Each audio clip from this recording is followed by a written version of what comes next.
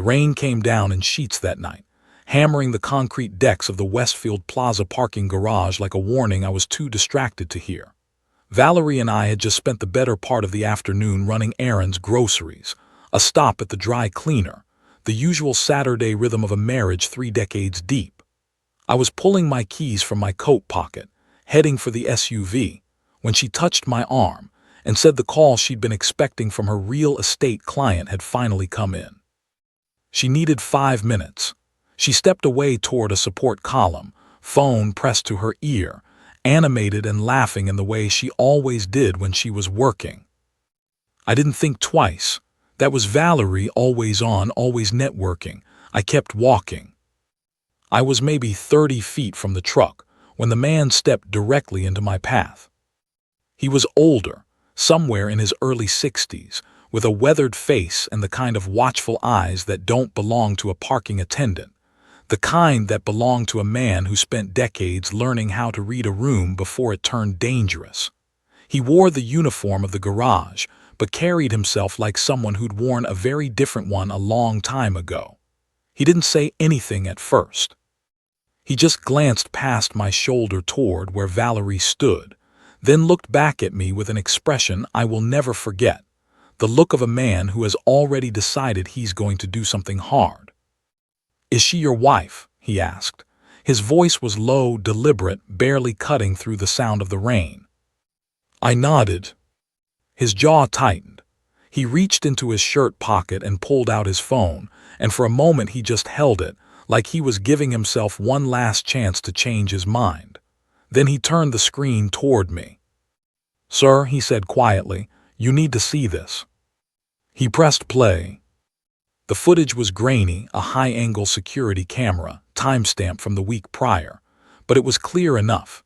Valerie, this garage, a man in a tailored suit standing far too close to her, his hand resting at the small of her back with the casual ease of someone who'd been there 100 times before. She handed him a thick manila folder. He slid it under his arm without even looking at it, like he already knew what was inside. Then she leaned up, and he kissed her, not quickly, not uncertainly, but with the practiced comfort of something that had been happening for a long time. 30 seconds of video, 30 years of marriage. The footage ended.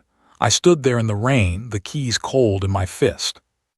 In 30 years of fraud investigation, I had handed that exact moment to hundreds of people. The moment the curtain drops and the lie underneath is just sitting there, breathing. I always thought I understood what it felt like. I didn't. But then something happened that I did not expect. The grief that should have flooded in, it didn't. What came instead was something colder, something methodical. The part of my brain that has spent 3 decades disassembling deceptions quietly clicked on like a machine returning to idle. I looked at the folder in that footage, the weight of it, the deliberateness of the handoff. This wasn't a love affair. This was a transaction. The war had already begun. They just didn't know yet who they were fighting. Welcome to our channel. I'm genuinely grateful you're here with me tonight. Before we go any deeper into what Todd uncovered in that parking garage, and I promise you, what's inside that manila folder will stop you cold, I want to hear from you. Drop a comment right now and tell me, where in the world are you watching from and what time is it there? I read every single one.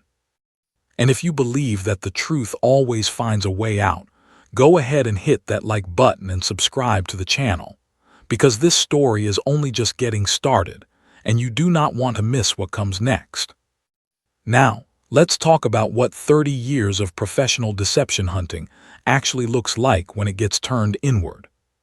The timestamp on that footage was 8 days ago, which meant that for 8 days, Valerie had sat across from Todd at the dinner table, slept beside him, asked him how his day went, and known exactly what was waiting in that folder. Todd's mind, trained by decades of reading paper trails, didn't fracture. It started filing. A liar's biggest mistake is assuming everyone else is blind. He thanked the parking attendant, whose name he would learn was Hector, shook his hand and walked back to his truck. He watched Valerie finish her call. He watched her tuck her phone away and turned toward him with a tired smile. He opened the passenger door for her. He drove them home. He made small talk about the grocery list. And the entire time in the cold, quiet back room of his mind, where 30 years of investigative instinct lived, Todd Austin was already building the case. I didn't sleep that night. Not because I was broken, though maybe I should have been. I didn't sleep because my mind had locked onto something in that footage that I couldn't let go of, a detail so small most people would have looked straight past it. The kiss, the man, the tailored suit, those things would have consumed an ordinary husband. But I wasn't an ordinary husband. I was a fraud investigator with 30 years of scar tissue, and what kept me awake wasn't the affair. It was the folder. I lay in the dark beside Valerie, listening to her breathe with the serene regularity of a woman with a clean conscience, and I replayed the footage frame by frame in my head the way I had trained myself to do with surveillance evidence. 30 seconds. I had watched it 4 times in my truck before driving home, and each replay had sharpened the same nagging instinct. That handoff wasn't impulsive. There was nothing romantic about it. The folder was thick, the kind of thickness that means documentation, not sentiment. And the man in the suit hadn't hesitated, hadn't glanced inside, hadn't reacted at all. He slid it under his arm the way a man accepts a delivery he has been expecting. In my world, that meant one thing. Paperwork had already been discussed. He was receiving a completed task. At 4:17 in the morning, Valerie shifted beside me and murmured something in her sleep.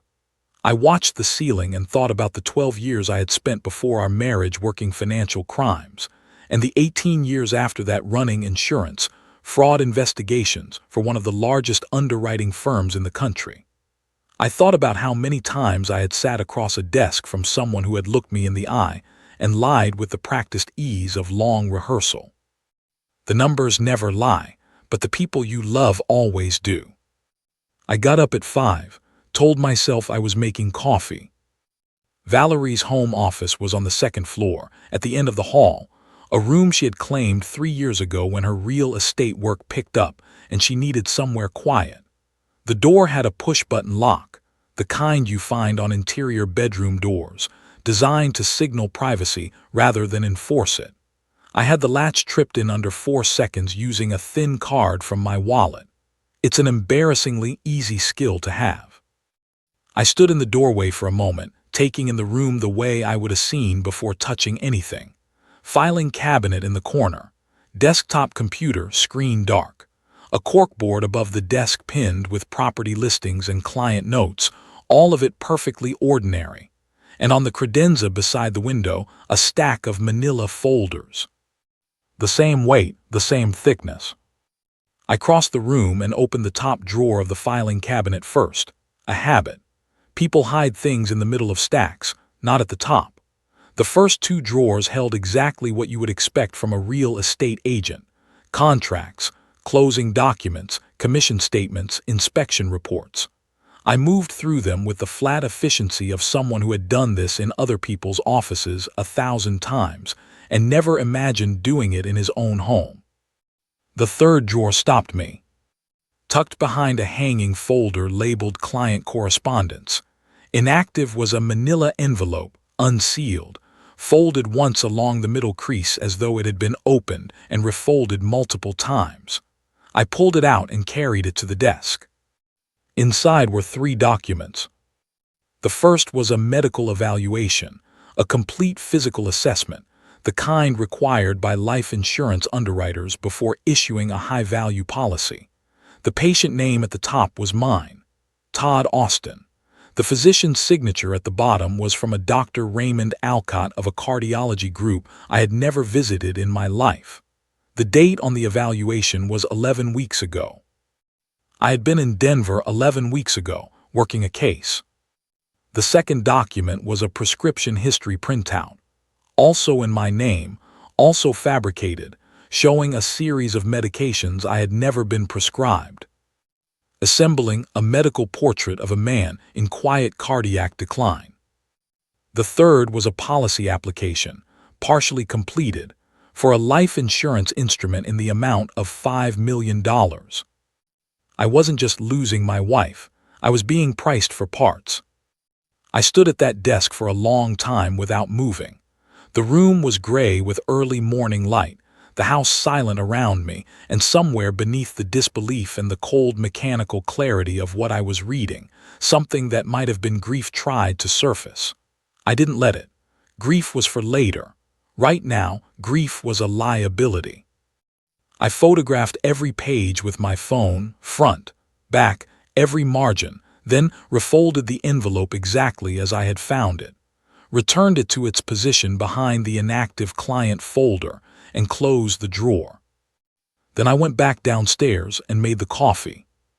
Valerie came down at 7:15 in her robe, hair still pinned, and poured herself a cup without asking if I had already made one.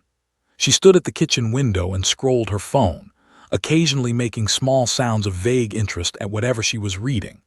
I sat at the table with my own cup and watched her the way I had learned to watch suspects in the early stages of a case, not for guilt, because guilt rarely shows on the face of someone who has convinced themselves they deserve what they're taking. I watch for tells, micro-hesitations, the slight delay between a question and an answer. "You're up early," she said without turning around. "Couldn't sleep," I said. She nodded, still scrolling. "You've been working too hard." "Probably," I said. She turned then and gave me a brief, soft smile, the kind that had once meant something, and said she was thinking of driving out to look at a listing that afternoon, a property on the east side her client was interested in. She might be back late. I told her that was fine. She went upstairs to get ready. I sat with my coffee and stared at the table and thought about the physician's signature on that medical evaluation, a name I didn't recognize, attached to a cardiology group that had apparently examined me without my knowledge.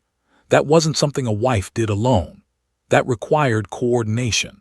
Access to my identifying information, my social security number, my signature for the application itself. Either Valerie had forged it, or someone with very specific skills had done it for her. The man in the tailored suit.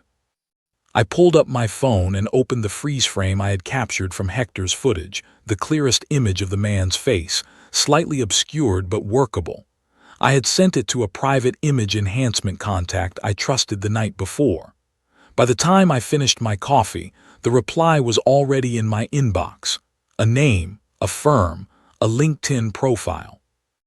Desmond Sterling, Wealth Management, Private Clients. I looked at his photograph for a long time. He had the face of a man who understood exactly how money moved and exactly how people could be positioned around it. Late 40s, sharp-featured, the kind of groomed confidence that costs something to maintain. He wasn't just Valerie's lover. He was the architecture behind what I was holding, the medical fraud, the forged documentation, the policy application assembling a paper version of my imminent death. I set my phone face down on the table. Somewhere above me, I could hear Valerie moving around the bedroom. The soft sound of drawers opening and closing. The ordinary, domestic percussion of a morning routine in a house that had already been turned into something I no longer recognized. That night, I would sleep beside a woman who had already calculated the exact dollar value of my death. But first, I needed to find out what she planned to do with the body. I went back to the garage the next morning. Not because I needed to. I had the footage, I had the photographs, I had Desmond Sterling's name sitting in my phone like a lit fuse. Professionally, I had everything I needed to begin building a case file. But there was something about Hector that wouldn't leave me alone, the deliberateness of him, the way he had watched me absorb that footage with the patient stillness of a man who had delivered hard news before and knew how long it took to land. He hadn't offered comfort. He hadn't filled the silence. He had simply waited. And in my experience, that kind of restraint doesn't come from nowhere.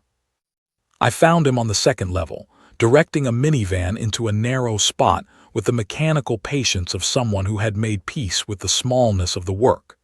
He saw me coming and didn't react, just finished waving the driver forward, then turned and faced me with his hands loose at his sides.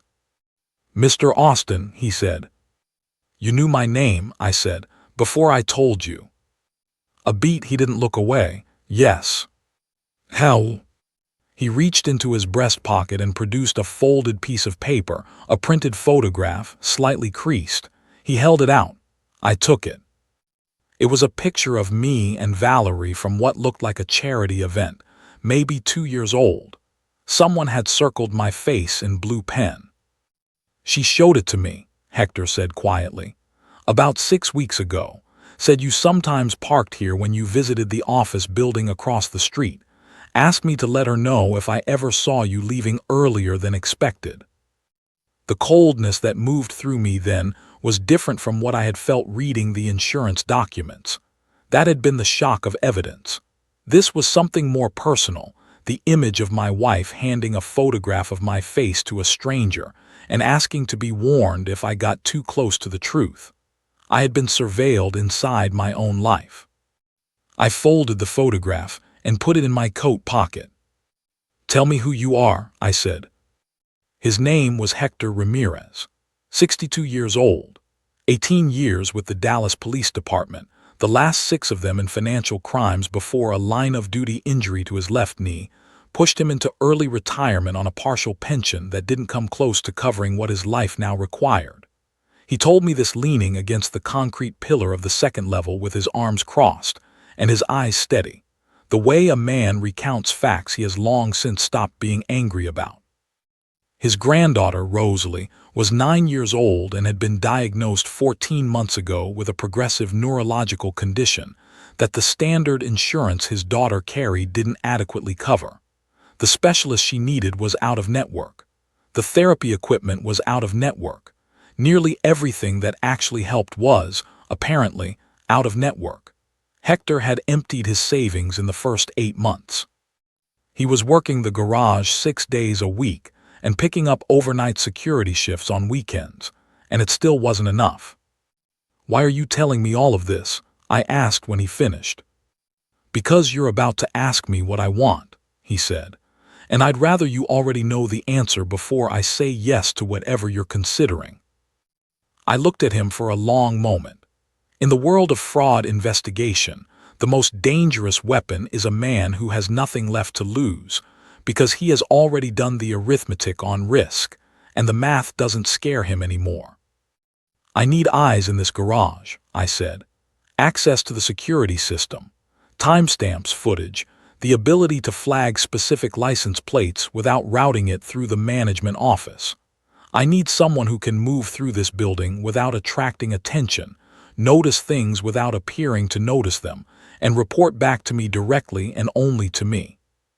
Hector nodded slowly, and in exchange, Rosalie's specialist, out of pocket directly invoiced to me, and whatever equipment she needs. Something moved across his face then, not gratitude, exactly. More like relief, the particular kind that comes when a person who has been holding something very heavy finally feels another set of hands on the weight. "When do we start?" he said. "If you can't stand people like Valerie, people who manipulate the trust of someone who has given them everything, hit that subscribe button right now. And drop a comment below saying I stand for loyalty if you refuse to side with users and manipulators who treat the people who love them as nothing more than stepping stones. This community stands for something better." We started that afternoon. I owned a storage unit on the east side of the city, a 10-by-12 concrete room I had rented 3 years ago to hold archived case files from a fraud ring prosecution that was still winding through appeals court. I drove out after leaving the garage, cleared a work table along the back wall, and brought in a second-hand monitor I picked up from an electronics resale shop on the way. By the time Hector arrived at 2 o'clock, carrying a paper bag with 2 coffees and the quiet efficiency of a man who understood operational setups, the space was functional. Not comfortable, not impressive, but functional. Hector had something I didn't: invisibility. A 62-year-old parking attendant in a faded uniform was the single most overlooked category of human being in any urban environment. Nobody tracked him. Nobody remembered him. He moved through the architecture of daily life, garages, lobbies, sidewalks, loading zones, and the city simply processed him as furniture. For what I needed, that was worth more than any surveillance technology I could have purchased. We divided the work cleanly, the way two professionals who have never partnered before fall into rhythm when the objective is clear enough. Hector would manage the garage, flagging Desmond Sterling's vehicle whenever it appeared, documenting timestamps, pulling secondary footage from angles the management office didn't routinely monitor. I would handle the financial investigation, the policy documentation, Desmond's professional background, the web of transactions that I was already certain connected his gambling debts to the timeline of the insurance application. I pinned the enhanced photograph of Desmond to the corkboard above the work table and wrote his name beneath it in black marker. Beside it, I pinned the freeze frame of Valerie handing over the folder. Then the photograph she had given Hector of my own face, circled in blue pen. I stood back and looked at what was on that board. A wealth manager drowning in debt. A wife who had spent 6 weeks positioning a surveillance asset inside a parking garage to monitor her own husband's movements. A forged medical history assembling the clinical portrait of a man ready to die. A $5 million policy waiting for a signature. "They've been planning this for a while," Hector said from behind me. "At least 6 weeks that we can document," I said. "Probably longer." He was quiet for a moment. "How are you holding up?" It was the first time anyone had asked me that since the garage, and for a second the question caught somewhere in my chest. I thought about Valerie at the kitchen window that morning, scrolling her phone, telling me I'd been working too hard. I thought about the charity photograph, my face circled in blue pen, handed to a stranger. "I'm holding," I said. Hector accepted that without pushing further. He pulled his chair up to the monitor and started logging the footage timestamps he had pulled from the garage server, disciplined, methodical, the residue of 18 years doing exactly this kind of work for very different reasons. We weren't just a husband and a guard anymore. We were hunters. And somewhere across the city, in a glass-walled office I had not yet visited, Desmond Sterling was sitting at his desk completely unaware that the man he had helped engineer a murder plot against had just recruited the one person in the city with the perfect angle to watch him. I uncapped the marker and wrote a single question at the bottom of the corkboard, where both of us would see it every time we walked through the door. What's in the folder they haven't shown us yet?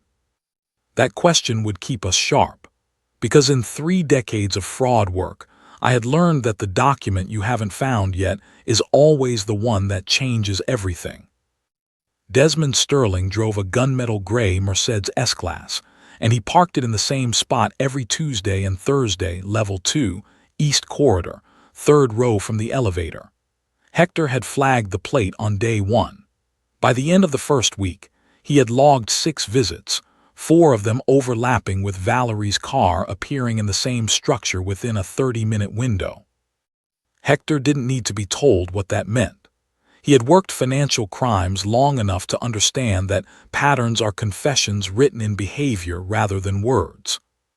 He brought me the logs on a Wednesday evening, spreading the printed sheets across the work table with the careful precision of a man presenting evidence at a briefing. Timestamps, plate confirmations, duration of stay, camera angles that captured entry and exit without capturing the interior of the vehicle. Clean, documented, defensible. I looked across the table at him and felt the particular satisfaction of working alongside someone who understood that good surveillance isn't about catching a moment. It's about building a sequence. "There's something else," Hector said. He pulled a separate sheet from the back of the stack. 3rd visit, Tuesday of last week. He wasn't alone coming in. He laid down a still frame pulled from the secondary camera, The one mounted near the stairwell that management hadn't serviced in 2 years, and therefore nobody thought to check. Two men entering from the street level. Desmond in his usual suit, and beside him a broader figure in a dark jacket, moving with the compact deliberateness of someone who didn't go places for conversation. I ran the car they arrived in separately, Hector said. Registered to a shell company. I hit a wall after 2 layers, but the registered agent address traces back to a district that's been flagged in 3 separate organized crime investigations over the past decade. I looked at the still frame for a long time. He's not just in debt, I said. No, Hector said, he's in collection. I spent the next 2 days inside Desmond Sterling's professional life, working the way I always worked, not from the outside in, but from the money backward. Wealth managers leave trails the way rivers leave canyons, slowly, invisibly, and then all at once when you finally see the full landscape from the right elevation. His firm, Sterling Capital Advisory, had 12 listed clients and projected assets under management that looked respectable on the surface. The kind of numbers that suggest competence without inviting scrutiny. But I had spent 18 years learning that the space between projected and actual in a private wealth management operation is where the truth lives. I pulled his regulatory filings through channels I had built over 3 decades, contacts at 2 underwriting firms, a forensic accountant I had used on a case 4 years ago who owed me a favor, and a compliance officer at a financial industry oversight body who respected what I did enough to occasionally point me in useful directions without technically pointing at anything. What emerged over 48 hours was a portrait of a man in full financial freefall, dressed in a suit expensive enough to hide it. Desmond Sterling had lost $2.3 million over 18 months, not in bad investments, though his client accounts had also quietly underperformed in ways that would eventually trigger their own set of questions. He had lost it gambling, private games, underground operations, the kind of structured high-stakes environments that exist in the margins of every major city and leave no official record. The losses had accelerated in the final 6 months, the way compulsive gambling losses always do when the borrowing starts, because borrowed money carries the psychological weight of someone else's stake, which makes the risk feel temporarily cheaper. Until it doesn't. He owed $2 million to people who did not send letters. The man in the dark jacket from Hector's stairwell footage was the letter. Desmond wasn't a romantic. He was a drowning man looking for a raft. I sat with that understanding for a while, turning it over the way you turn over a piece of evidence that recontextualizes everything that came before it. Because it changed the shape of what Valerie and Desmond were to each other in a fundamental way. It meant the affair hadn't evolved into a murder plot. The murder plot had been the point, or close enough to it that the distinction barely mattered. I drove to the storage unit that evening and added everything to the board. Desmond's regulatory filings, the shell company registration, the forensic accountant's summary of the client account discrepancies, a printed timeline of the gambling losses mapped against the dates of his documented visits to the garage, which told a very clean story once you arranged them in sequence. The first visit to meet Valerie coincided almost exactly with the point at which his debt crossed the threshold from manageable to existential. Love makes people blind, but debt makes them dangerous. Hector was already there when I arrived, sitting with his coffee and his reading glasses, reviewing the garage logs with the unhurried focus of a man who had nowhere more important to be. He looked up when I spread the new material across the table and watched me build out the board in silence. When I finished, he took his glasses off and looked at the full picture. He targeted her, Hector said. It wasn't a question. I don't think it started that way, I said. I think it started as an affair. 2 people finding each other in the margins of lives they were dissatisfied with. But at some point, probably around the time that second million disappeared, Desmond looked at what he had and started doing different math. He saw a wife with a wealthy husband and started calculating. He saw a wife with a wealthy husband who was emotionally isolated enough to be persuaded, I said. There's a difference. Valerie didn't fall into this because she's stupid. She fell into it because she's lonely, and Desmond is very good at making lonely people feel like they've finally been seen. Hector was quiet for a moment. Does that change anything for you?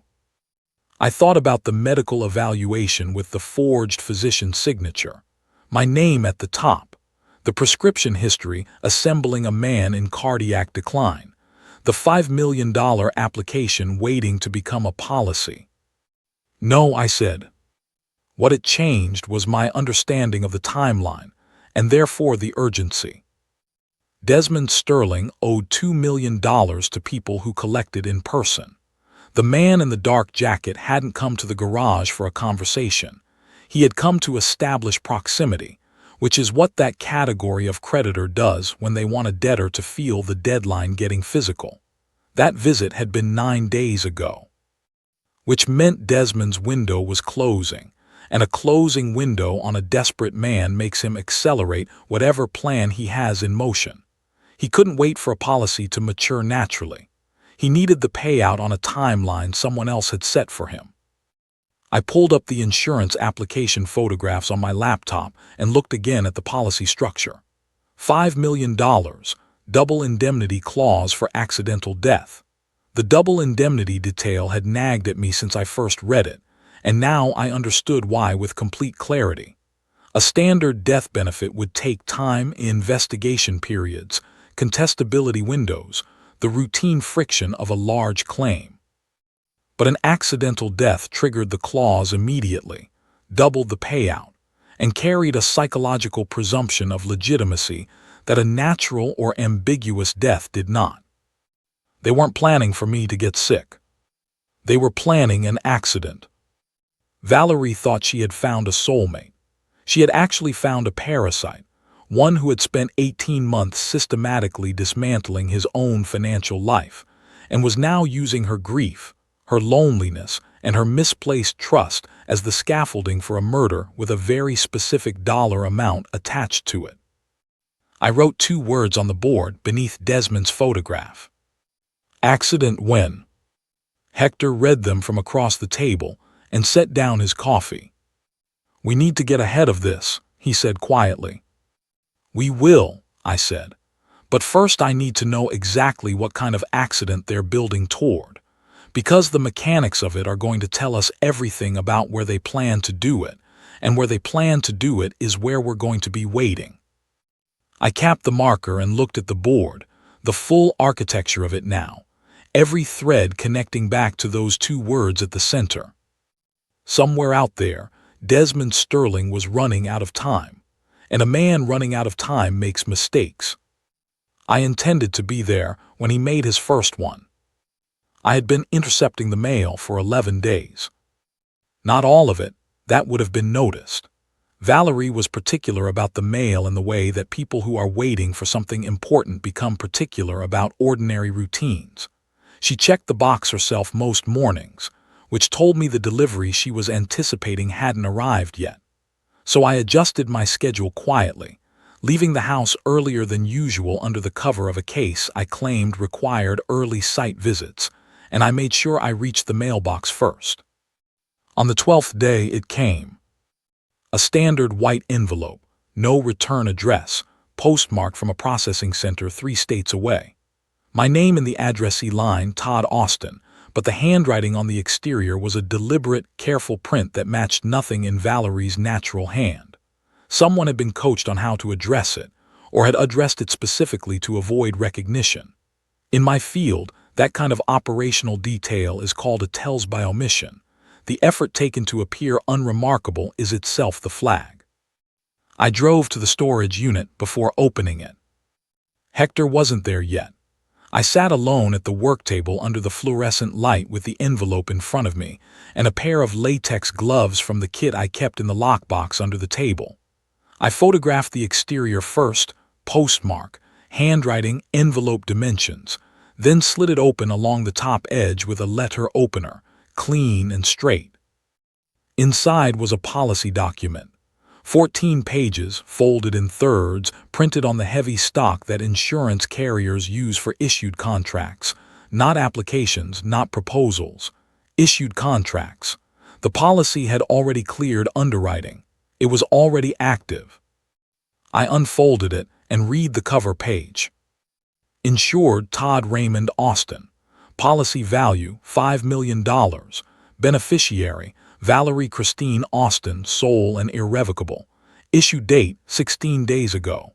Underwriting basis standard risk, non-contestable after 2 years, accelerated accidental death benefit at 200% of face value. I turned to page 4, where the insured's signature appeared above the certification line. My signature was perfectly forged, a masterpiece of betrayal. I had signed thousands of documents over 30 years in this industry. I knew my own hand the way a musician knows their own instrument, the particular pressure I applied to the capital T, the way the final N in Austin ran slightly uphill when I wasn't paying attention to it. Whoever had reproduced it had studied a real sample carefully. The forgery wasn't sloppy.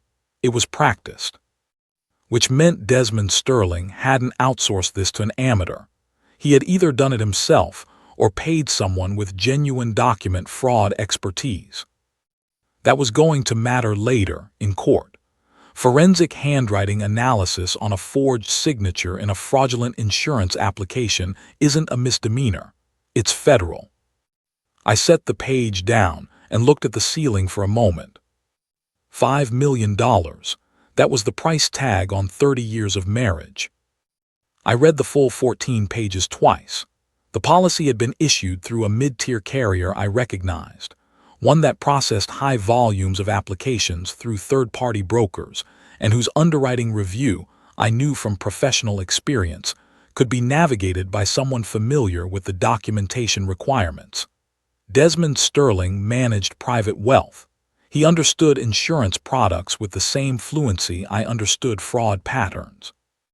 He would have known exactly which carrier to use, which broker channel to route it through, and how to structure the medical documentation to pass an automated review without triggering a manual audit. The forged physician evaluation I had found in Valerie's filing cabinet hadn't been a preliminary step.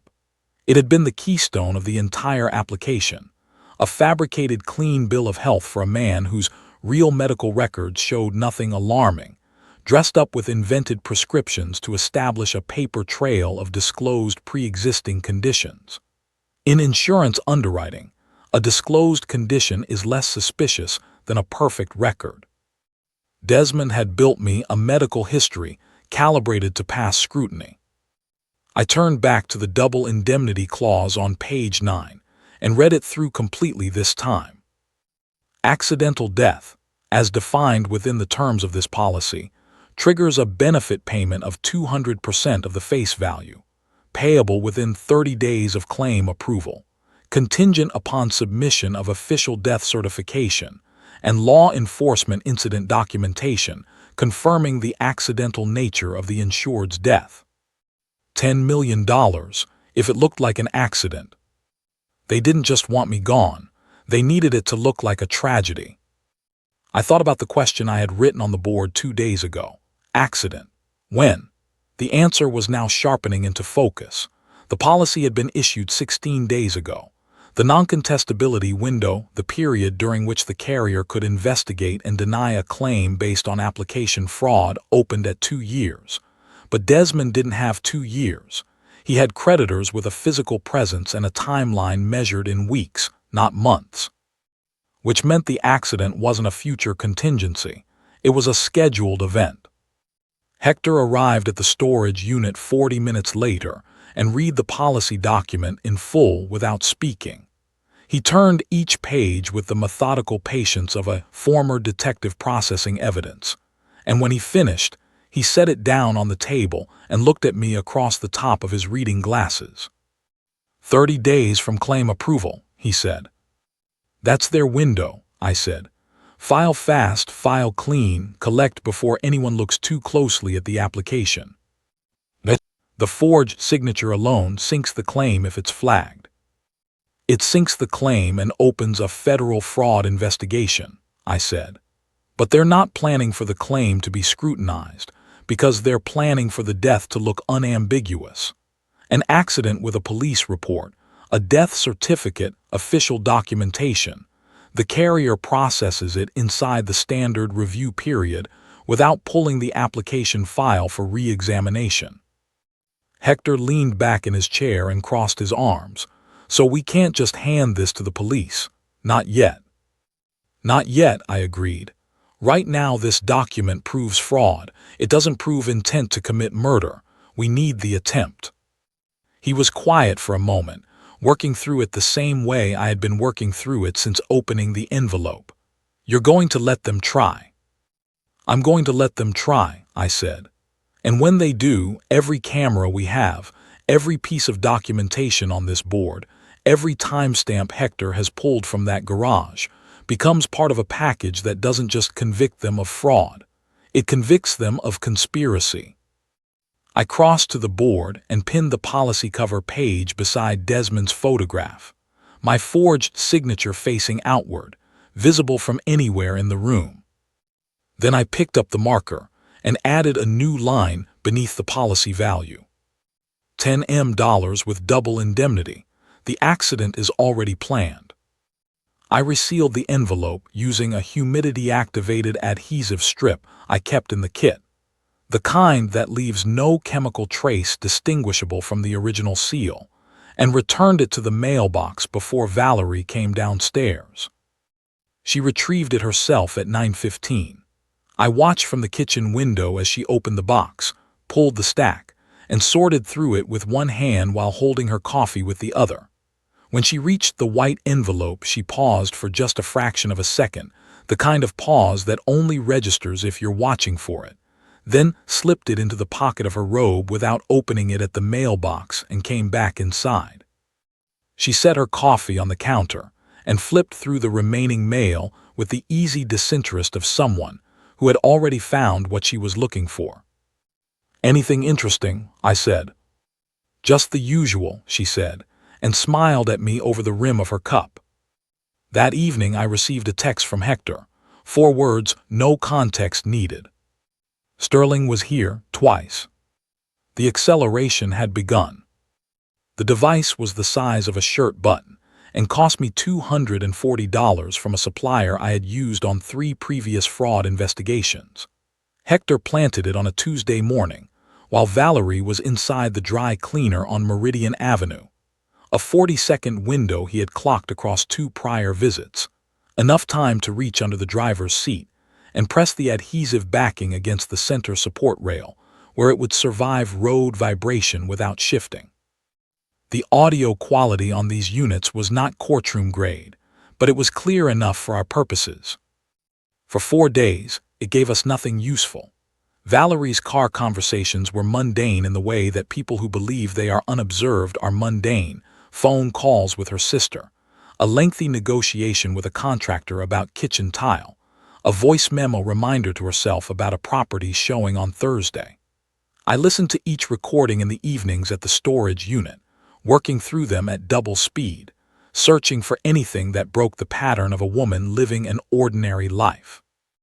On the 5th day, the pattern broke. The recording timestamp was 4:47 in the afternoon. Valerie had parked somewhere, the engine cut, then silence for about 90 seconds before her phone connected to the car's audio system and a call came through. The contact name that would have shown on her dashboard display wasn't captured by our device, but I didn't need it.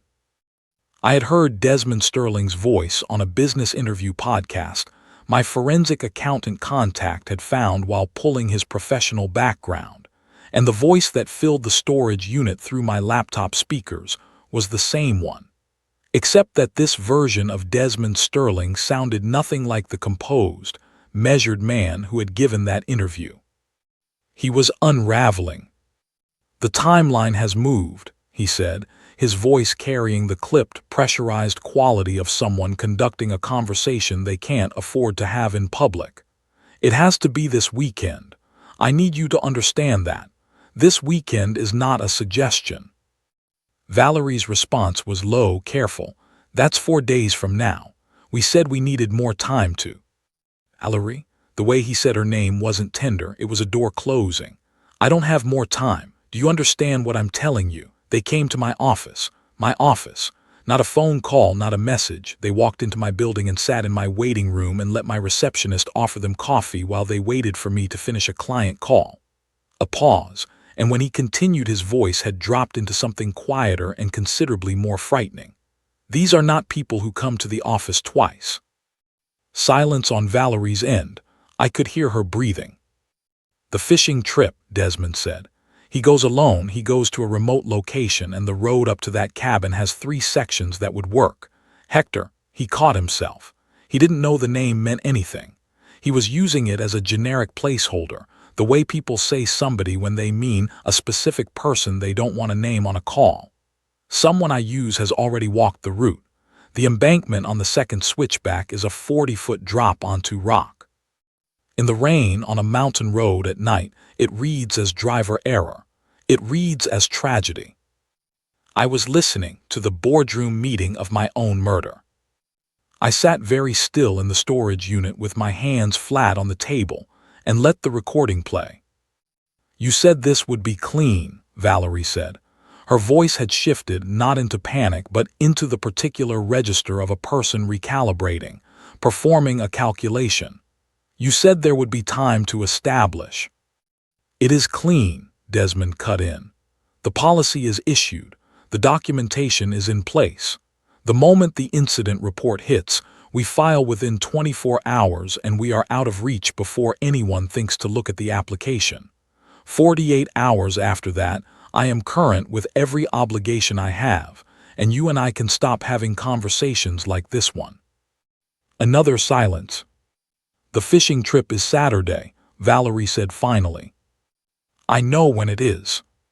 He leaves in the morning. He never takes his phone into the mountains, says it ruins the quiet. He'll be off the grid by noon.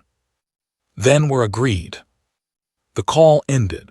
40 seconds of ambient silence on the recording, and then Valerie's engine turned over and she pulled back into traffic.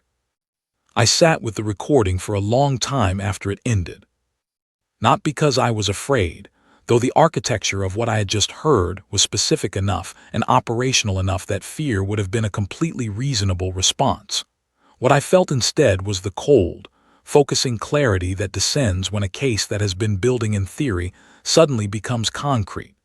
The embankment on the second switchback, 40 feet onto rock, rain and darkness and a road remote enough that a car going over would not be found immediately. They had walked the route. This wasn't improvisation. This was a plan that had been constructed with the same care Desmond had applied to the forged medical records and the policy application, methodically, professionally, by someone who understood that the details are what separates a tragedy from a crime scene. Desmond's panic was my greatest advantage. Because a panicked man compresses timelines, and compressed timelines produce sloppiness. He had just handed me the location, the method, the approximate timing, and the confirmation that a secondary party had already conducted reconnaissance on the site. In a courtroom, that recording alone was worth more than everything else we had built on that board combined. It established conspiracy, premeditation, and specific intent. It established Valerie's knowing participation. It turned an insurance fraud case into a murder conspiracy prosecution, and it did so in their own words. I picked up my phone and called Hector. He arrived at the storage unit within the hour, and I played him the recording without preamble. He listened with the same stillness he brought to everything, elbows on the table, hands folded, eyes fixed on the middle distance. When it finished, he didn't say anything immediately. He reached out and moved the printed timeline on the table so it was squarely in front of him and looked at the dates. 4 days, he said. 72 hours from tonight if we're being precise, I said. The trip is Saturday morning. You're still going. I have to go, I said. If I change the plan now, they'll know something shifted. Desmond is already operating on the edge of his composure. Any deviation from the expected pattern and he either accelerates further or goes to ground. Either way, we lose the attempt, and without the attempt we have conspiracy but no completed act. The prosecution needs them to move. Hector looked at me across the table with the expression of a man doing a risk calculation he doesn't enjoy. "The secondary vehicle," he said. "We need it positioned before Saturday." "I've already sourced it," I said. "Same make, same color as my SUV. I registered it through a rental arrangement that ties back to a business account rather than my personal name. It goes up the mountain Friday night under a tarp in the truck bed." "And you?" "I'll be in the tree line on the upper ridge before Desmond reaches the switchback. You'll be below with the cameras covering both the approach and the embankment." I paused. "I need you to also contact your former department. Not to brief them, not yet. Just to establish a warm channel with someone in the organized crime division who can move fast when I give the word." Hector nodded slowly. "I know the right person. They gave me 72 hours to live. I only needed 48 to destroy them." I stood and uncapped the marker and drew a hard line across the bottom of the board beneath everything we had built. The photographs, the documents, the timeline, the policy, the recording transcript I had already begun writing out in longhand. Below the line I wrote 4 words. "The trap is now set." Then I looked at Hector, and he looked at me, and neither of us needed to say anything further, because there was nothing left to plan that we hadn't already thought of, and nothing left to feel that was going to change what Saturday required.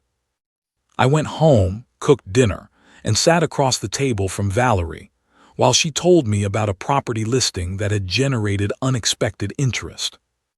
She asked if I was still planning to drive up to the cabin on Saturday. "Wouldn't miss it," I said. "I've been looking forward to it all month." She smiled and reached across the table and touched my hand. It took everything. I had not to pull it away. Friday arrived the way the last day before something irreversible always does, unremarkably, with pale morning light and the smell of coffee and the ordinary sounds of a house waking up. I lay in bed for a few minutes before my alarm, staring at the ceiling, running through the sequence one final time the way I had run through it every morning that week. The secondary vehicle was already at the cabin, driven up Thursday evening by a contact I trusted and left under a tarp in the tree cover 50 yards off the access road. Hector was positioned. The cameras were placed. The warm channel to his former department contact had been established and briefed to the degree that Saturday required. Everything that could be prepared had been prepared. What remained was the performance. Valerie was already downstairs when I came down, and she had made breakfast. Not the perfunctory weekday breakfast of toast and reheated coffee that had defined most of our mornings for the better part of a decade. She had made eggs the way I used to ask for them in the early years of our marriage. Over easy, with the edges crisped in butter, served alongside thick-cut toast, and sliced fruit arranged on the plate with a care that was either genuine or the most precise performance of genuineness I had ever witnessed up close. She was dressed well for a Friday morning at home. Hair done. A light touch of the perfume she reserved for occasions. She looked, in the slanted morning light coming through the kitchen window, like the woman I had married, and the distance between that image and what I now knew sat behind it was the most disorienting thing I had experienced in 30 years of professional exposure to human deception. Her smile was the most terrifying thing I had ever seen. "Wanted to send you off properly," she said, setting the plate in front of me with the warmth of someone who meant it. "You work too hard. You deserve a real weekend." "This looks great," I said. I picked up my fork. "You've been stressed lately." She sat across from me with her own coffee, both hands wrapped around the mug, watching me with the attentive softness of a wife who notices things. "I can tell. The fishing always helps." "It does," I agreed. "How long is the drive up?" 3 hours, give or take. I'll stop at the outfitter in Caldwell Falls for bait, get up to the cabin by early afternoon." She nodded, absorbing the detail of the route with the casual interest of a woman making conversation, not the focused attention of a woman confirming coordinates. But I had spent 30 years learning the difference between those two things, and what I was watching was not casual. I ate the breakfast she had made, and kept my face exactly where it needed to be. She packed my bag. I had not asked her to, and she had not done it in years, not since the early fishing trips when we were still the kind of couple who performed small gestures for each other without keeping score. I came upstairs after breakfast to find my duffel on the bed, open, with my rain gear folded at the bottom and my thermal layers stacked beside it. She was standing at the closet pulling out my waterproof boots with the focused efficiency of a woman who had a mental list she was working through. "You don't have to do that," I said from the doorway.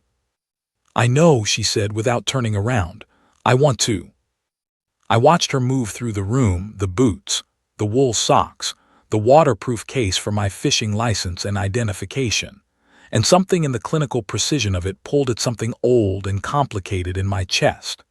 Because this was also the woman who had driven to the hospital at 2 in the morning when I had chest pains 4 years ago, and had sat in the waiting room for 6 hours without complaint.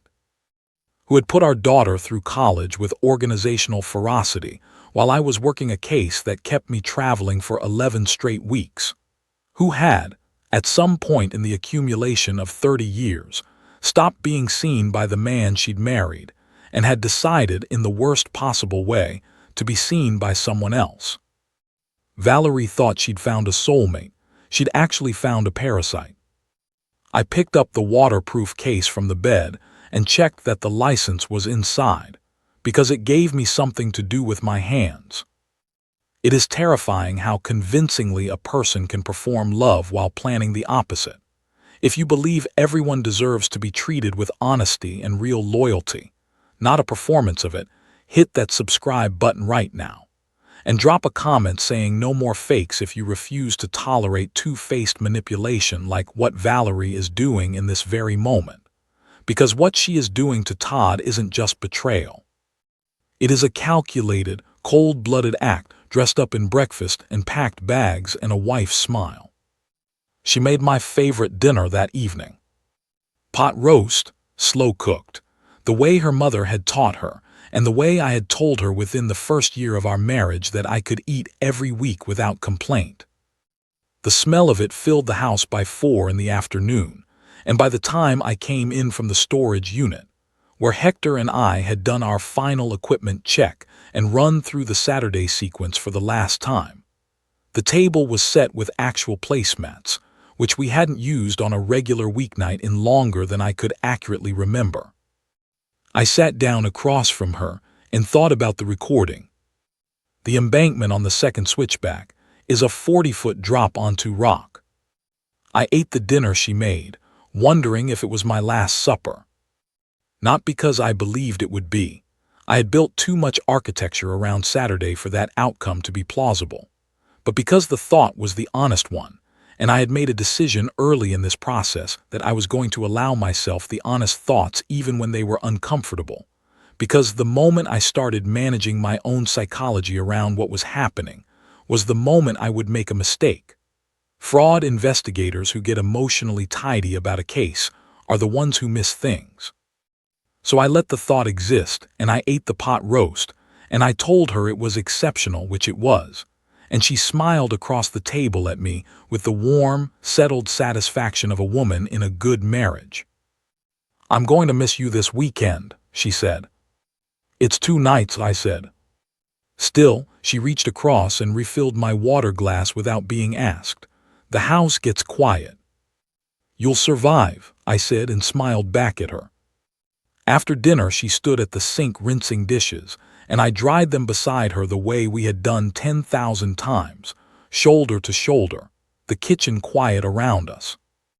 At one point, she handed me a dish and our hands touched briefly on the transfer, and she didn't pull away immediately. Just let the contact sit there for a half second longer than necessary, with the deliberate, manufactured tenderness of a final gesture. Then she reached up and kissed my cheek. It felt like the cold touch of a coroner. I went to bed at 10. Valerie stayed downstairs, said she wanted to finish a chapter of her book. I lay in the dark and listened to the house settle and thought about Hector in his apartment across the city, running through the same sequence I was running through. Cameras charged and positioned. Secondary vehicle in place. Law enforcement contact on standby. Recording preserved and copied to 3 separate secure locations. At 11:40, my phone vibrated once on the nightstand. A text from Hector. No words, just a single period which was the signal we had agreed on. Everything was in position. I set the phone face down and closed my eyes and concentrated on slowing my breathing the way I had learned to do before particularly high-stakes confrontations. Not to achieve calm, exactly, but to achieve the controlled state that sits just below calm, where the mind is still sharp and the body has stopped wasting energy on what it can't change. Downstairs, I heard Valerie finally close her book, the soft sound of the lamp clicking off, her footsteps on the stairs slow, unhurried, the tread of a woman with a clear conscience. She slid into bed beside me in the dark and said nothing. Within 10 minutes, her breathing had settled into the long, even rhythm of sleep. I stared at the ceiling and waited for morning. I left the house at 6:15 in the morning. The sky was the flat, colorless gray that precedes mountain weather, not threatening yet, but building towards something. I had checked the forecast the night before with the specific attention of someone for whom the weather wasn't atmospheric background but operational variable. Rain was projected for the late afternoon, arriving from the northwest and settling over the upper elevations by early evening.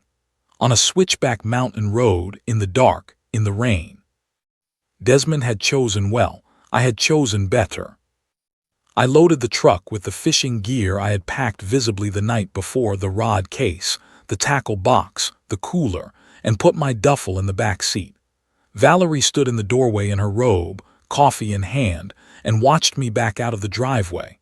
I raised a hand through the windshield as I pulled into the street. She raised hers in return. I drove 3 blocks, turned north, and did not look in the mirror again. The outfitter stop in Caldwell Falls was real. I actually bought bait, actually spoke to the man behind the counter about water temperature and the likelihood of a good catch at the upper reservoir. Not because I needed the cover, but because Desmond or someone working for him would almost certainly verify my stops if the plan proceeded, and the subsequent investigation required a timeline. Every detail of this day needed to read as the last ordinary Saturday of a man who had no idea what was coming. I was back on the road by 9:40. The mountain was isolated, quiet, and a perfect place to die. The access road to the cabin branched off the state highway at a rusted green marker that most drivers passed without registering. From that turnoff, the road climbed for 11 miles through increasingly dense forest, the pavement narrowing from 2 lanes to 1.5 somewhere around the 4-mile mark, and staying that way to the summit. I had driven it perhaps 40 times over the years, enough that my hands knew the road's rhythm independently of my conscious attention. The first switchback at mile 6. The long straight at mile 8 where the tree line opened briefly and you could see the valley below. And the second switchback at mile 9, where the guardrail had been replaced twice in the past decade because the original engineering hadn't anticipated the frost heave that pushed the shoulder outward every winter. 40 feet down, onto rock. I drove through the first switchback at normal speed, both hands on the wheel, eyes forward. I had picked up the tail 12 miles back, just before the Caldwell Falls turnoff. A gunmetal gray Mercedes S-Class, running 4 car lengths behind me with the careful, practiced distance of someone who had either done surveillance before or been coached on it. In normal traffic, 4 car lengths reads as unremarkable. On a 2-lane state highway with light Saturday morning volume, it reads as deliberate. I had watched it in my mirror through 3 turns and 2 stretches of open road, and it had maintained its interval with a consistency that no ordinary driver achieves without conscious effort. I didn't adjust my speed. I didn't change my route. I reached down and pressed the single button on the secondary device Hector, and I had installed beneath the dashboard a transmitter that broadcast a continuous GPS signal to Hector's receiver and to the law enforcement contacts monitoring unit. One press meant, "The subject is behind me and we are proceeding." I saw his headlights in my rearview mirror, the Grim Reaper in a luxury sedan. Hector had gone up the mountain the previous afternoon. We had planned his positioning across 2 sessions at the storage unit, working from satellite imagery and a topographic map I had purchased at the county assessor's office. The upper ridge above the second switchback offered a sightline that covered both the approach road and the embankment below. A natural elevated platform dense enough in Douglas fir to conceal a stationary observer completely, while maintaining unobstructed camera angles on the road surface itself. He had identified 2 anchor points for the cameras, one covering the 30-yard approach to the switchback, one covering the embankment and the 40-foot drop below it. He had been in position since 4 in the morning. By the time I reached the 6-mile marker and navigated the first switchback, Hector's receiver would have confirmed my transmitter signal, and he would have activated both cameras. At the 9-mile marker, the second switchback, he would begin continuous recording. Everything from that point forward was evidence. I wasn't driving into an ambush. I was leading him into a cage. The rain arrived earlier than forecast.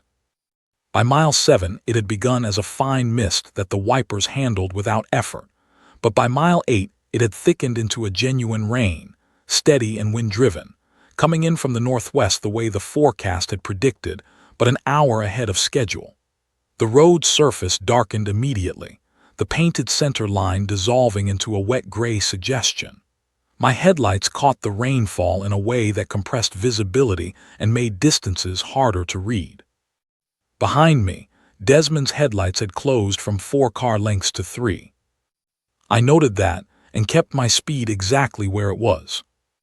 The long straight at mile 8 opened the valley view on my left, 2,000 feet of descent visible through a gap in the trees, the valley floor invisible in the rain, and the low cloud cover that had moved in with the weather system. On a clear day, it was the kind of view that made the drive worthwhile. Tonight it was the kind of view that made the drop feel real. I thought about Hector in the tree line above the second switchback, rain moving through the fir canopy, his night vision cameras running, his former detective stillness allowing him to be as motionless as the trees around him while he watched the road below. I thought about the secondary vehicle, positioned in the tree cover 50 yards off the road above the cabin, same make, same color as my truck, staged with the specific damage profile that Hector and I had agreed would be consistent with a vehicle that had gone through a guardrail and down a 40-foot embankment. A wreck, ready to be discovered. A tragedy, ready to be reported. I thought about the recording on the storage unit laptop. The embankment on the second switchback is a 40-foot drop onto rock. It reads as driver error. It reads as tragedy. Mile 8.5. Behind me, Desmond had closed to 2 car lengths. The 9-mile marker appeared in my headlights with the abruptness that landmarks always have on mountain roads, suddenly there, out of the dark, no gradual approach. The second switchback opened ahead of me, the road curving hard to the left, the guardrail on the right catching my headlights and throwing them back in pale reflection. Below the guardrail, 40 feet of darkness. I took the curve at the posted speed, both hands on the wheel, completely controlled. In my mirror, Desmond's headlights swept wide as he entered the curve behind me, and then they accelerated. Not gradually, not the way a driver unconsciously closes a gap on a curve, deliberately. With the sudden commitment of someone who has made a decision and is executing it before the moment passes. I had approximately 4 seconds. I pressed the transmitter button twice, the signal Hector and I had designated for. It's happening now. and felt the calm that descends when months of preparation collapse into a single moment of pure execution. My hands knew exactly what to do. We had mapped it, rehearsed it in my head across 100 repetitions at the storage unit table, accounted for every variable the mountain road and the rain and the specific geometry of this curve could introduce. Desmond's grill filled the mirror. I moved. The sound of the impact was sharp and immediate, not the catastrophic collision of a full-speed ram, but the glancing, controlled contact of a man who had misjudged his angle because his target had moved 2 feet to the left at the precise moment he committed to the strike. His front quarter panel caught my rear bumper and redirected rather than absorbed, the physics of a grazing blow sending his momentum wide rather than through. He corrected, overcorrected. In the rain, on a mountain curve at speed, overcorrection is a debt the road collects immediately. I brought my truck to a controlled stop 40 yards past the switchback and killed the headlights. In the darkness behind me, I heard the sound of braking guardrail. Then silence. Then, from somewhere in the tree line above, the steady red indicator light of Hector's camera still running, recording everything, capturing every frame of what Desmond Sterling had just done to a truck he believed contained a man he needed dead. I sat in the dark with the engine idling and the rain on the roof and waited. 30 seconds later, my phone vibrated. Hector, one word. Got it. I had 30 seconds before Desmond recovered enough to think clearly. I used them. The moment my truck cleared the switchback and his momentum carried him wide, I accelerated through the next 50 yards of road and pulled hard into the tree cover on the upper shoulder, a gap in the fir line that Hector and I had identified from the satellite imagery and cleared of low brush 2 days prior. I cut the engine and the headlights simultaneously and was out of the truck in 4 seconds, moving uphill through the wet undergrowth toward Hector's position on the ridge. Behind me, below the broken guardrail, I could hear the secondary vehicle settling, the groan of stressed metal finding its resting geometry against the rock face, the percussion of small debris still cascading down the embankment in the rain. The sound carried cleanly through the mountain air the way sounds do in elevation, with a clarity that made the distance feel shorter than it was. The sound of crunching metal echoed through the valley. I reached Hector's position in 90 seconds. He was exactly where he was supposed to be, pressed against the uphill side of a Douglas fir with both cameras running, his night vision monocular raised toward the switchback below. He didn't look at me when I arrived. His eyes stayed on the road. He's out of the car, Hector said quietly. I raised my own binocular. Desmond Sterling stood at the broken guardrail in the rain. He had pulled his Mercedes to the shoulder 15 yards back from the gap, hazards running, and he was standing at the edge with his hands at his sides looking down at the wreckage below with the particular stillness of a man waiting for his own breathing to slow. The night vision rendered him in pale green monochrome, the expensive suit now rain-darkened, his hair flattened against his forehead, his posture carrying the rigid, effortful composure of someone managing a significant adrenaline response through sheer will. He stood there for a long time, 20 seconds, 30, looking down. From our elevation, I couldn't see the secondary vehicle clearly. It had gone over at an angle and come to rest against a granite outcropping 60 feet below the road, which was close enough to the bottom of the embankment to read as a complete descent, without being visible enough from the road surface for the detail of its condition to register. What Desmond could see from where he stood was what we had designed for him to see. A dark shape against darker rock, the geometry of a wrecked vehicle, no movement, no light, no sign of a living occupant. He stood at the edge of the cliff, breathing heavy, thinking he had won. Then he reached into his jacket and pulled out his phone. Beside me, Hector shifted the primary camera 2 degrees to tighten the frame on Desmond's face. At this range in night vision, with the lens we had mounted, Desmond's expression was fully captured, and what it showed was not remorse, Not horror, not the complicated grief of a man who had just done something he hadn't fully believed he was capable of. What it showed was relief. The specific, deflating relief of a man who has been carrying an enormous weight and has finally set it down. He pressed a contact and raised the phone to his ear. "It's done," he said. A pause, listening. Ode, second switchback exactly where we planned. He went through the guardrail. Another pause. "No, there's nothing moving down there, nothing." His voice had found its register again, the controlled, measured cadence of the man from the podcast interview, the professional tone reasserting itself now that the immediate physical reality had passed. "File tomorrow morning, first thing. Use the attorney we discussed, not the other one. And Valerie," he stopped, seemed to recalibrate something. "Just be composed. You're a widow, act like one." He ended the call. He called Valerie to say the job was done. He had no idea I was listening. I had the audio recorder running in my breast pocket, a secondary capture device independent of the cameras, close range, courtroom grade. Every word Desmond had just spoken into that phone was preserved in a format that a federal prosecutor could play in front of a jury without qualification or explanation. "It's done." He went through the guardrail. "File tomorrow morning. You're a widow, act like one." 30 years of fraud investigation, and I had never had a cleaner piece of evidence handed to me by the subject himself, on a mountainside in the rain, while standing over the wreckage of what he believed was a dead man's vehicle. Desmond stood at the guardrail for another minute, looking down. Then he walked back to his Mercedes, got in, and sat with the engine running and the hazards still blinking amber in the dark. I watched through the monocular. He appeared to be looking at his phone, composing a message, or reading one.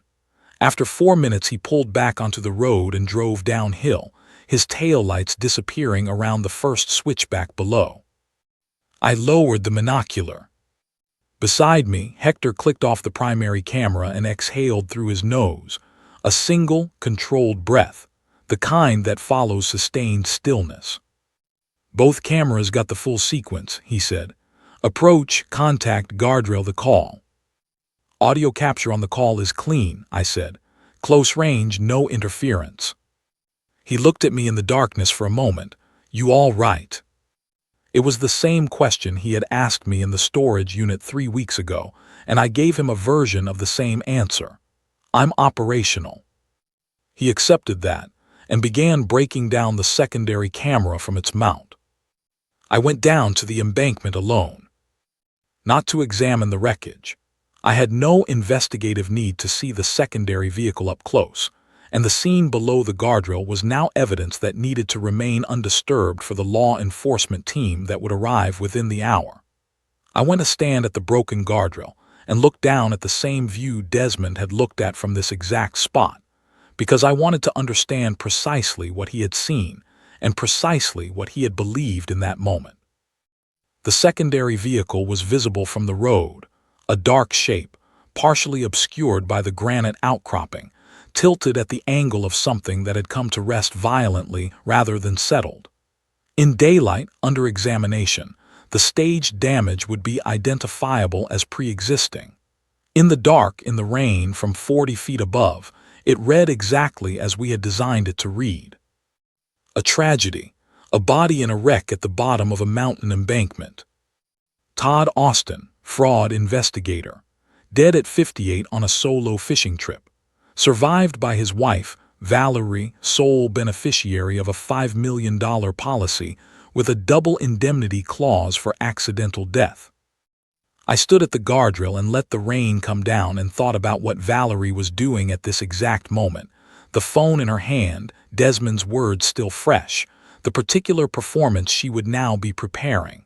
The widow's posture, the widow's expression, the widow's voice when she called her daughter to deliver the news. The widow's tears when the insurance adjuster arrived at the door. I turned away from the embankment and walked back up to where Hector was waiting beside my truck with both cameras packed and a thermos of coffee he had brought in his kit, with the quiet pragmatism of a man who had spent enough nights on surveillance to know that the hour after the event is as demanding as the event itself. He handed me a cup without being asked. I drank it standing in the rain. At 11:43 that night, I made 3 phone calls. The first was to Hector's law enforcement contact, who confirmed that the organized crime division was already moving, and that the coordination with the insurance fraud unit had been established as we had requested. The second was to the federal prosecutor's office, an assistant U.S. attorney I had worked with on 2 previous cases who understood both the evidentiary package I was delivering and the speed at which it needed to move. The third call I did not make with words. I simply sent a single encrypted file to a secure server. Every photograph, every document, every timestamp log, the policy, the forged medical records, the recording from Valerie's car, and the audio from Desmond's phone call at the guardrail, and confirmed receipt. The case was no longer mine to carry alone. By morning, it would have the weight of the federal government behind it. Desmond thought he could take a life and walk away rich. He thought a mountain road in the rain was the end of the story. If you're cheering for Todd to bring these 2 down with everything he's built, every document, every recording, every frame of that camera footage, hit that like button right now. And drop a comment saying take them down if you want to see Desmond and Valerie face every consequence that is coming for them. Because Chapter 9 is where it all comes apart for them, and it is going to be devastating. I drove down the mountain at midnight. The rain had eased to a drizzle by the time I reached the state highway, the road quiet and dark in both directions. I had a reservation at a motel 20 miles south under a name that was not my own, arranged 3 weeks ago through the same business account I had used for the secondary vehicle, where I would spend the night and be unreachable by any channel Valerie might think to use. By morning, she would be wondering why she hadn't heard from me. By afternoon, she would be receiving a different kind of call entirely. I pulled onto the highway and drove south and let the dark road unspool ahead of me and thought about Desmond's face at the guardrail. The relief, the deflation, the professional composure reasserting itself as he raised the phone to his ear. "You're a widow, act like one." I thought about Valerie in our house, preparing exactly that performance with the same careful thoroughness she had brought to packing my fishing bag and cooking my last supper. She was very good at performing things she didn't feel. She was about to discover that I was better. The call to Valerie came from a detective's desk at 8:47 Sunday morning. Not from me, not from Hector. From a real detective, a 12-year veteran of the organized crime division named Sandra Holloway, who had been fully briefed on the evidentiary package by Saturday midnight, and who understood with complete precision what Sunday morning required from her. She was, by every account I had received from Hector's former colleague who made the introduction, exceptionally good at delivering information in a tone that left the recipient no room to doubt its authenticity. I was not in the room when she made the call. I was 2 floors up, in a windowless office the assistant U.S. attorney had arranged for my use, sitting with the complete case file in front of me and a cup of bad institutional coffee that I drank without tasting. Hector was beside me, as he had been beside me through every stage of this, his chair angled toward the door with the patient readiness of a man who has waited out harder mornings than this one. We listened through a shared earpiece to the call as it happened. Valerie answered on the second ring. Her voice carried the careful, modulated grief of a woman who had been rehearsing, not overwrought, not brittle, but weighted in precisely the way that a newly bereaved person sounds when they are holding themselves together through sheer effort. She had been performing the widow since Saturday night, and she had clearly decided that the version she would present to the world would be dignified rather than dramatic, composed, the kind of grief that reads as deep rather than loud. Detective Holloway told her that a vehicle had been recovered at the base of an embankment on the mountain access road, that personal effects matching a registration in Todd Austin's name had been found at the scene, and that the department would appreciate it if she could come in to assist with identification. She delivered it with the flat, practiced sympathy of official notification, not warm, not cold, precisely calibrated to the task. Valerie's voice, when she responded, broke on exactly the right syllable. "Of course," she said, "I'll come right away." Beside me, Hector set down his coffee. She arrived at the station at 10:23. I watched her come through the entrance on the monitor feed from the lobby camera, and even now, even with everything I knew and everything I had built into the architecture of this morning, watching her walk through those doors in a dark coat, her face arranged into the careful composition of a grieving wife, produced something complicated in my chest that I didn't try to name or dismiss. I simply noted it and kept my eyes on the monitor. She was met by Detective Holloway in the lobby and escorted to the second floor, past the open bullpen, past the interview rooms on the east corridor, to the room at the end of the hall that had a one-way observation window and a metal table bolted to the floor and 2 chairs and nothing else. The kind of room that communicates its purpose without signage. Holloway had told her it was a family liaison room. Valerie sat in the chair facing the door, folded her hands on the table, and waited. She sat there for 11 minutes, and I watched every one of them. She cried twice, brief, controlled, the kind of tears that a person produces when they are genuinely feeling something complicated rather than when they are performing uncomplicated devastation. And that was the thing about Valerie that I had turned over in my mind across the weeks of this investigation. The grief was not entirely manufactured. She was feeling something real, sitting in that room. Whether it was sorrow about what had been lost, or fear about what came next, or some amalgamation of both that she herself couldn't have cleanly separated, I couldn't say with certainty. What I could say was that it didn't change anything. Her tears were Oscar-worthy until she saw a ghost. Detective Holloway re-entered the room at 10:34 and placed a clear evidence bag on the table. Inside it was my watch, the one I had left in the secondary vehicle deliberately, one of several personal effects staged to establish the vehicle's connection to me. Valerie looked at it through the plastic, and the tears that had been hovering at the edges of her composure came forward fully. "That's his," she said. "He's worn that watch for 15 years. Can you confirm that, to the best of your knowledge, this watch belongs to your husband, Todd Austin?" "Yes," Valerie said. "Yes, that's Todd's." Holloway made a note. Then she said, "Mrs. Austin, there's one additional matter we need to discuss. Someone from our financial crimes unit would like to speak with you briefly. Standard procedure in cases involving—" "Of course," Valerie said. She straightened slightly in the chair, composed herself. "Whatever you need." Holloway nodded and stepped out of the room. The door closed. Valerie sat alone at the metal table and looked at my watch in the evidence bag, and for approximately 30 seconds the performance dropped entirely. And what was underneath it was something I recognized from 30 years of watching people in rooms they believed were unobserved. It wasn't grief. It was calculation.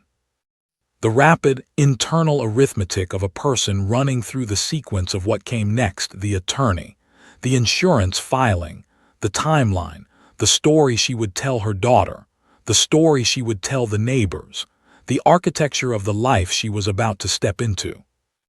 Then she heard footsteps in the corridor. She reassembled her expression with the speed of long practice. The door opened. I have thought about what to say about that moment. The moment the door opened and I walked into that room, and I keep arriving at the same conclusion, which is that there are no words adequate to the specific quality of what crossed Valerie's face in the half-second before her mind caught up with what her eyes were processing.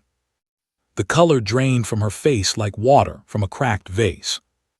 Not gradually, all at once.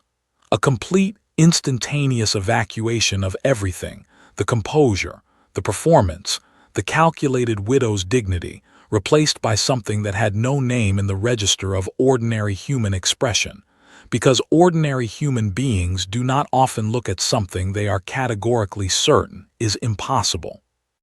I was wearing the same coat I had worn on every significant day of this investigation.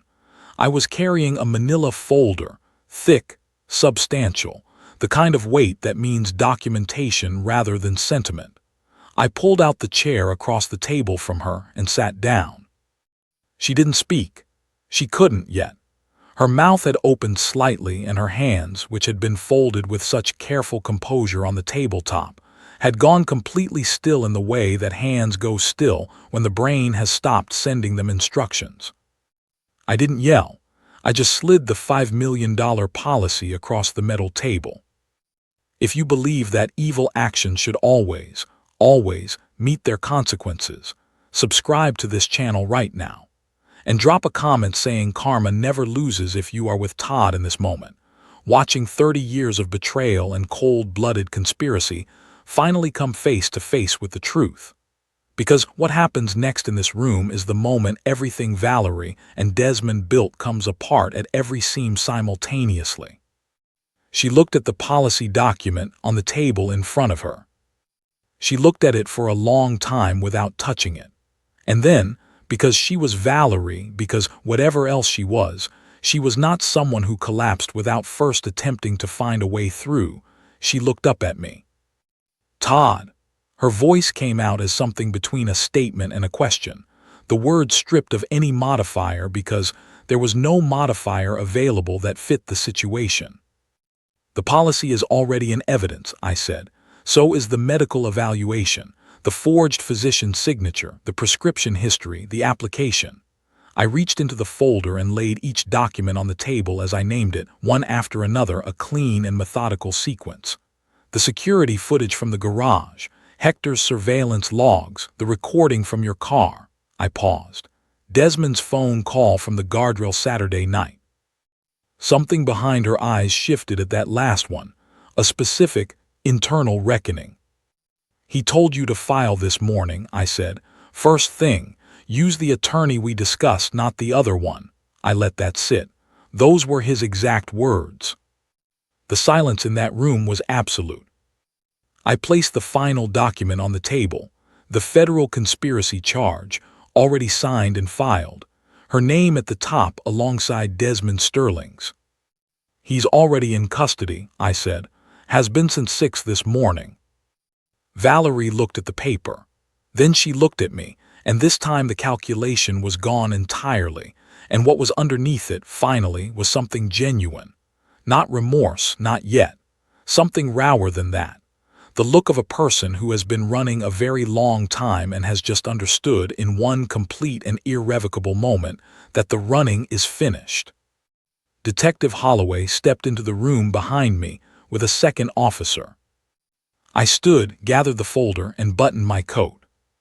30 years, I said quietly, not as an accusation, not as a wound reopened, but as the plain statement of a fact that deserved to be acknowledged before the room filled with lawyers and procedure and the formal machinery of consequence. 30 years, Valerie. She didn't answer. I walked out of the room and didn't look back. The federal indictment was 43 pages long. I read every one of them the morning they were filed, sitting alone at the work table in the storage unit with the corkboard still covered behind me, the photographs, the documents, the timeline, Desmond's face circled in marker, the question I had written in the first week still visible at the bottom. What's in the folder they haven't shown us yet? The answer, it turned out, had been everything. The folder had contained the entire architecture of a murder plot dressed as a financial transaction, and we had pulled it apart one thread at a time until there was nothing left to hide behind. The charges were substantial and they were precise. Conspiracy to commit first-degree murder, insurance fraud in the first degree, forgery of legal documents, filing false medical records with a federally regulated financial institution, and wire fraud. The wire fraud count alone carried a 20-year maximum. The conspiracy charge carried life. The assistant U.S. attorney called me that afternoon to walk through the filing and confirm the evidentiary package was complete. She told me, with the careful, measured satisfaction of a prosecutor who has learned not to celebrate before a verdict, that she had rarely seen a case arrive at her desk this thoroughly documented. 30 years of experience, I said. It shows, she said. Desmond Sterling entered a not guilty plea at his arraignment, which surprised no one. His attorney was expensive and deliberate, and made the appropriate noises about evidence admissibility and entrapment and the circumstances of the Mountain Road recording. The judge set bail at $2 million, a number calibrated with evident awareness of Desmond's existing debt profile, and Desmond remained in custody when no one posted it. The gambling syndicate, it emerged during the subsequent organized crime investigation, had already moved to liquidate whatever assets of his they could reach. There was nothing left to post. The cage Hector and I had built on that mountain road turned out to have walls that extended considerably further than either of us had anticipated. Valerie retained a criminal defense attorney within hours of her arrest and said nothing further after her initial booking, a discipline that suggested either very good legal counsel or the survival instinct of a woman who had spent 30 years observing how a fraud investigator worked and understood the danger of unguarded words. It didn't matter. The recording from her car, the documentation trail, and Desmond's phone call from the guardrail constituted an evidentiary foundation that her attorney, reviewing the package, would recognize as load-bearing. Deals would eventually be discussed. Positions would shift. The gavel falling was the best sound I had heard in 30 years. The divorce proceedings moved through a separate channel simultaneously, handled by an attorney I had retained in the first week of the investigation. Quietly, through the same business account I had used for the secondary vehicle and the motel reservation, keeping it invisible until the criminal case was sufficiently advanced that Valerie's legal team would have neither the bandwidth nor the leverage to mount a serious opposition. The settlement, if it could be called that, was not a negotiation. Under the laws governing criminal forfeiture and civil fraud, Valerie's claim to marital assets was substantially limited by her documented participation in a conspiracy that had included the fraudulent application for a policy designed to monetize my death. Her attorney raised several arguments. The court found them unpersuasive in succession. The marital home, the investment accounts, the 30 years of accumulated financial infrastructure that she had calculated was worth more with me dead than with me present. None of it transferred in the direction she had planned. What she retained was her personal property, her vehicle, and a sum that her attorney had negotiated with evident difficulty, and that I did not contest, because contesting it would have required more of my time and attention than it was worth. And I had decided early in the divorce proceedings that I was finished spending my resources on Valerie's portion of this story. I lost a wife, but I saved my own life. The divorce was finalized on a Tuesday, in a courtroom that smelled like old carpet and recirculated air, before a judge who signed the decree with the brisk efficiency of someone processing a document rather than witnessing the formal conclusion of 3 decades. I sat at the plaintiff's table and watched the pen move and felt, not relief, exactly, something quieter than relief. The specific absence of a weight I had carried so long I had stopped noticing its presence until it was gone. I drove directly from the courthouse to the storage unit. Hector was there. He had been helping me break down the war room over the previous week, taking down the corkboard, filing the documentation copies into the archive boxes that would eventually be transferred to the federal prosecutor's office as supplementary case material, dismantling the monitor setup, and returning the furniture to the state it had been in before 2 men had turned a 10-by-12 concrete room into the operational center of a murder conspiracy investigation. The room was almost empty now. The corkboard was bare. The question at the bottom had been erased. He looked up when I came through the door and read the answer in my face before I said anything. "Done," he said. "Done," I said. He nodded once, with the contained satisfaction of a man who doesn't perform emotion but feels it fully. We stood in the nearly empty room for a moment without speaking, which was, I had come to understand over the preceding weeks one of the things I valued most about Hector Ramirez, his complete comfort with the weight of a silence that didn't need to be filled. Then I reached into my coat and produced an envelope and set it on the work table between us. "Rosalie's specialist," I said. 12 months of treatment, fully prepaid directly to the practice. The equipment supplier invoices are in there as well, covered through the end of next year. And the remainder is liquid in an account in her name, accessible when she turns 18. Hector looked at the envelope. He didn't pick it up immediately. He looked at it the way a man looks at something he has needed for a long time but trained himself not to expect. "Todd," he said. "You saved my life," I said. "On a mountain road in the rain at 9 miles in, with a camera and 30 years of patience and the willingness to stand in the dark for hours because it was the right thing to do. Whatever is in that envelope is not equivalent to that. It's just what I can offer." He picked up the envelope then, and held it with both hands, and looked at me with an expression I will not attempt to describe because some things are diminished by description. "How is she?" I said. "Responding," he said. "The specialist thinks the next 6 months are critical, but He stopped, cleared his throat. "She's a fighter, 8 years old, and she argues with her physical therapist about the exercises." A brief, genuine smile crossed his weathered face. "Gets it from her mother." "She gets it from her grandfather," I said. "Some families are born from blood. Others are forged in the fire of survival." I drove home that evening to the house that was now entirely mine, the rooms quiet in the way that spaces are quiet when they have been emptied of a long pretense rather than a living presence.